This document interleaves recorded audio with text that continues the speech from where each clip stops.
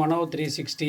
இன்றைக்கி நம்ம வீடியோவில் நல்லா இங்கே பாருங்கள், வெள்ளரிக்காவை நல்லா போட்டு நல்லா அரைச்சி விட்டு அதில் ஒரு சாம்பார் நம்ம இன்றைக்கி பண்ணுறோம்.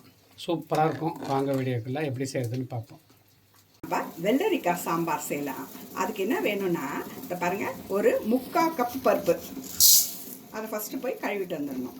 நல்லா கழுவிட்டு எடுத்துகிட்டு வந்துட்டோம். அதுக்கு மூழ்கிற அளவுக்கு நல்லா தண்ணி விட்டு பாருங்க, அதில் வச்சுட்டு ஒரு 1/2 ஸ்பூன் மஞ்சள் போட்டுக்கலாம். ஒரு தக்காளி, 3 தக்காளி, குட்டி தக்காளி, அதை நறுக்கி போட்டுக்கோங்க. கொஞ்சம் நல்லெண்ணெய் விட்டுக்கோங்க.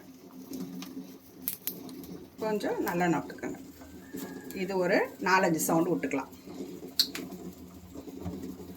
ஒரு 5 சவுண்டு விட்டுக்கலாம். அப்புறம் ஒரு ஸ்பூன் கடலெண்ணெய் விட்டு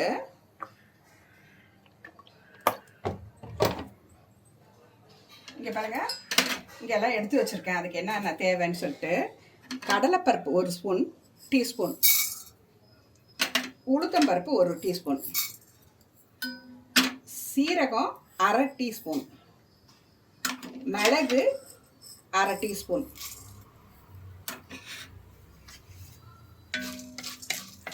இதெல்லாம் பண்ணி கொஞ்சம் வதக்குங்க.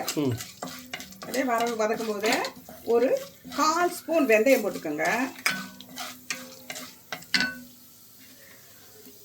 ஒரு 4-5 இந்த காஞ்ச மிளகாய் போட்டுக்கலாம். ஒரு 2 காஷ்மீர் சில்லி போட்டுக்கலாம்.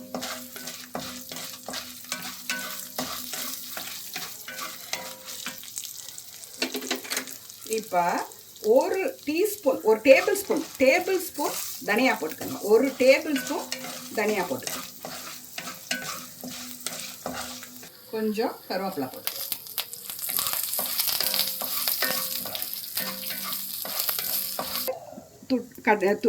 பெருங்காயம் போட்டுக்கோங்க. ஒரு சின்ன ரெண்டும் போட்டுக்கலாம். அந்த பெருங்காயம் போட்டுக்கலாம், இதுவும் போட்டுக்கலாம். ஒரு கைப்பிடி நிறைய தேங்காய் பூ போட்டுக்கலாம். போதும். நல்லா வறுத்துட்டு ஆஃப் பண்ணிவிட்டு இது நல்லா ஆறின உடனே தண்ணி விட்டு நைஸாக அரைச்சிட்டு வந்துடலாம். இந்த அளவுக்கு வரும்போது அது போதும். ஊற்றிக்கலாம். இப்போ தாளிக்க போகிறோம். சாம்பார் வைக்க போகிறோம். 1 ஸ்பூன் நெய் போட்டுக்கலாம். நம்ம அதை அரைச்சி எடுத்துகிட்டு வந்தாச்சு. ஆமாங்க. அப்புறமா எண்ணெயும் நெய்யும் விட்டு கடுகு, உளுத்தம்பருப்பு, சீரகம், ஒரு 3 காஞ்ச மிளகாய் போட்டுக்கிறோம்.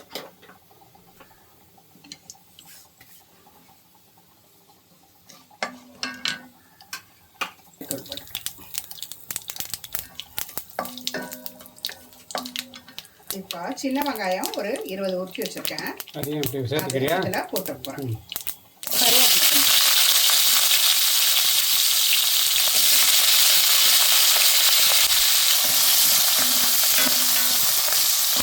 கருவேப்பிலையும் நல்லா வதங்கினோம்னா இந்த வெள்ளரிக்காவை போட்டுக்கலாம்.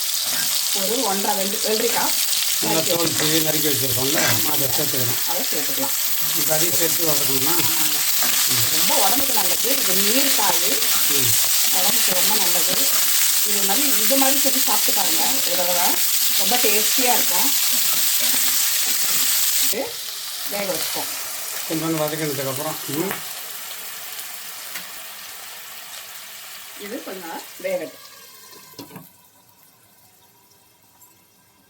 முக்கால்வாசி வெந்துடுச்சு. இப்போ நம்ம நைஸாக அரைச்சிட்டு வந்தோம் இல்லையா, விழுது, அதை நம்ம அதில் போட்டுக்கலாம்.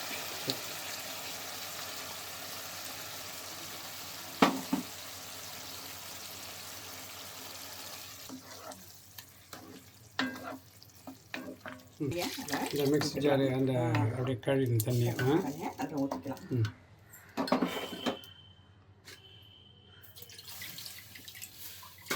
முக்கால் கப்பு பருப்பும் தக்காளியும் போட்டு வேக வச்சுருந்தோம் இல்லையா, அந்த பருப்பும் இதில் சேர்த்துக்கலாம். பாருங்கள் எப்படி இருக்குன்னு. சூப்பராக இருக்குது. ஜம்முன்னு வாசனை அடிக்கிறதுல சாம்பார் மாதிரி ரொம்ப அருமையாக இருக்கும். அரைச்சி விட்ட சாம்பார் தான். இப்போ அரைச்சி தானே விட்டுருக்கோம்ல, அது அந்த மாதிரி தான் இருக்குது. செம்ம டேஸ்ட்டு இல்லை? என்றைக்குமே அரைச்சி விட்ட சாம்பாருக்கு ஒரு தனி டேஸ்ட் இருக்கும்ல, அந்த மாதிரி இருக்கும். பார்த்தாலே சாப்பிட்ணுன்னு ஒரு ஆசை.